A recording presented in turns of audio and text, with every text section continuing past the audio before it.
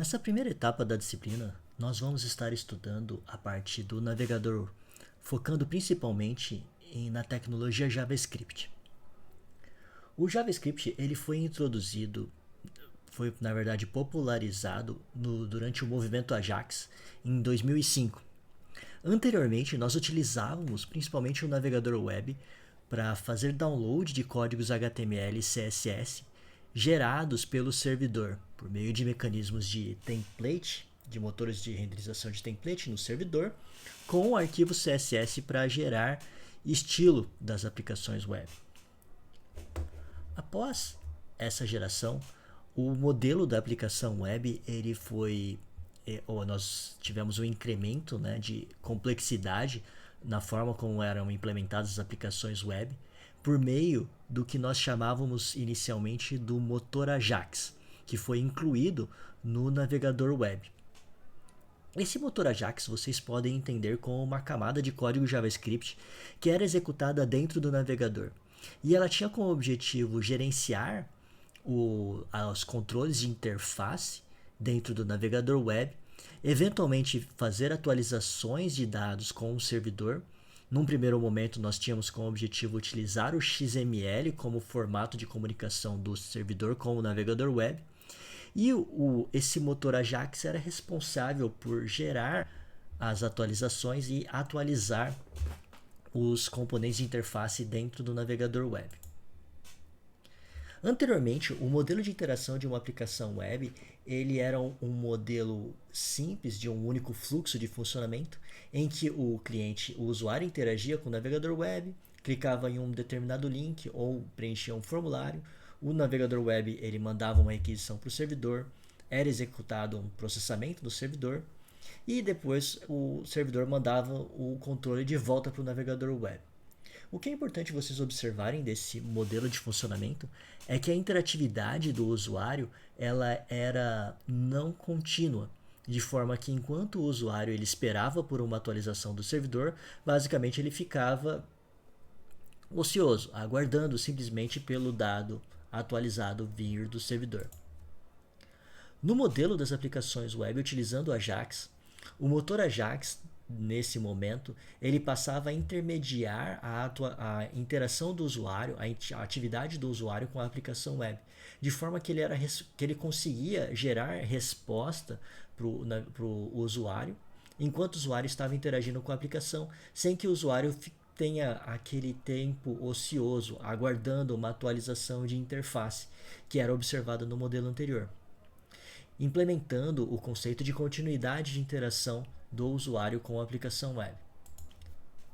Esse motor Ajax, em determinados momentos, ele poderia fazer solicitação de atualização de dados com o servidor de forma transparente ao usuário, sendo que o usuário ele só interagia com o motor Ajax, com os códigos JavaScript implementados,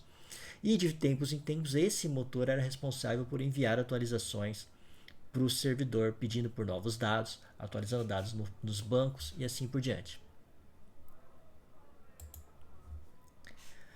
Esse modelo de implementação ele utilizava um conjunto de tecnologias, dentre elas, inicialmente, a API DOM do JavaScript, sendo a API DOM uma API que permitia o acesso aos elementos HTML de uma página, com o objetivo de proporcionar um mecanismo programático que permitisse a atualização e a recuperação de dados do HTML de uma página web. O DOM ele representa uma estrutura em formato de árvore que representa os elementos HTML de uma página, sendo que todas as páginas elas têm uma representação do DOM que é renderizada em memória do navegador, e essa representação ela segue a estrutura de árvore, sendo cada elemento da nossa página web, cada tag, representada como um elemento DOM na página. Com o DOM, nós, via JavaScript, nós temos acesso aos diferentes elementos de uma aplicação web, aos diferentes elementos de uma página, sendo que nos é permitido fazer leitura desses elementos, escrita e assim por diante. A API do DOM ela é disponibilizada no código JavaScript com um objeto global chamado document, e a partir desse objeto global, nós temos acesso aos elementos HTML de uma página. Inicialmente, a API do DOM ela representa os elementos HTML seguindo a estrutura de árvore, e nós podemos utilizar essa estrutura para navegar entre diferentes elementos.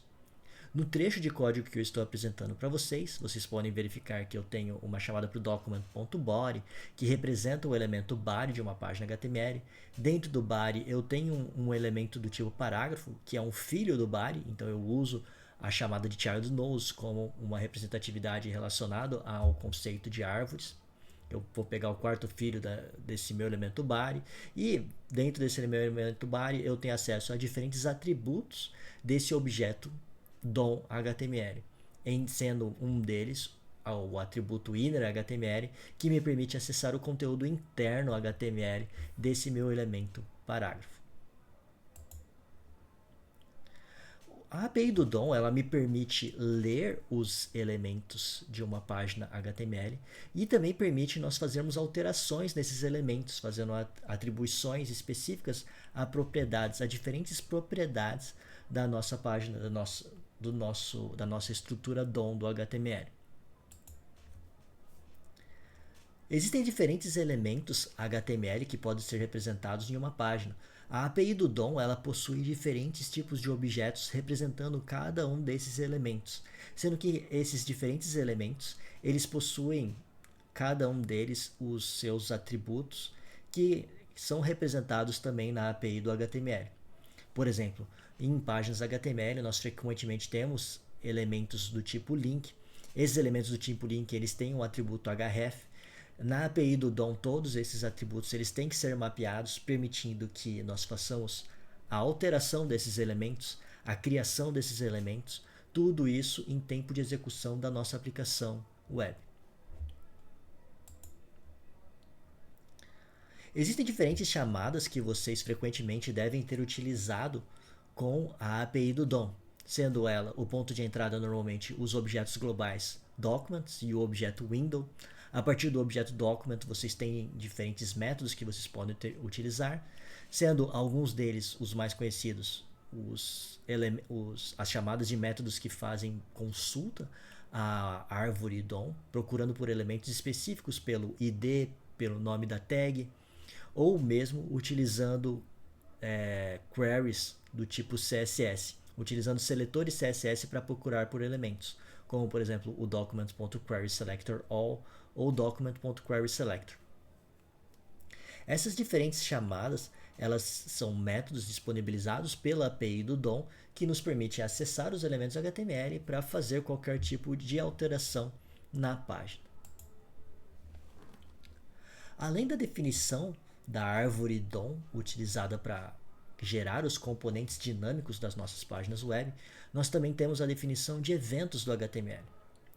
A partir da recuperação de um elemento HTML, utilizando a API do DOM, nós podemos definir um handler de eventos, que vai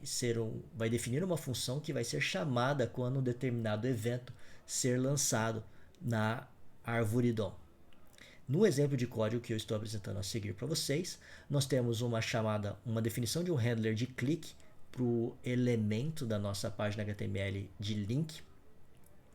O resultado da execução desse código é que quando esse link for clicado, nós vamos chamar essa função definida com um alert e basicamente vai aparecer uma caixinha ali com evento clique no link pela execução desse nosso código. Existem diferentes formas de declarar handlers de eventos,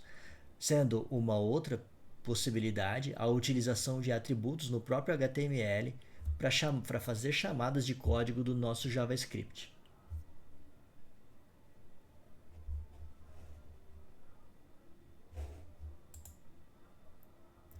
Existem diferentes tipos de eventos que podem ser utilizados nas aplicações web.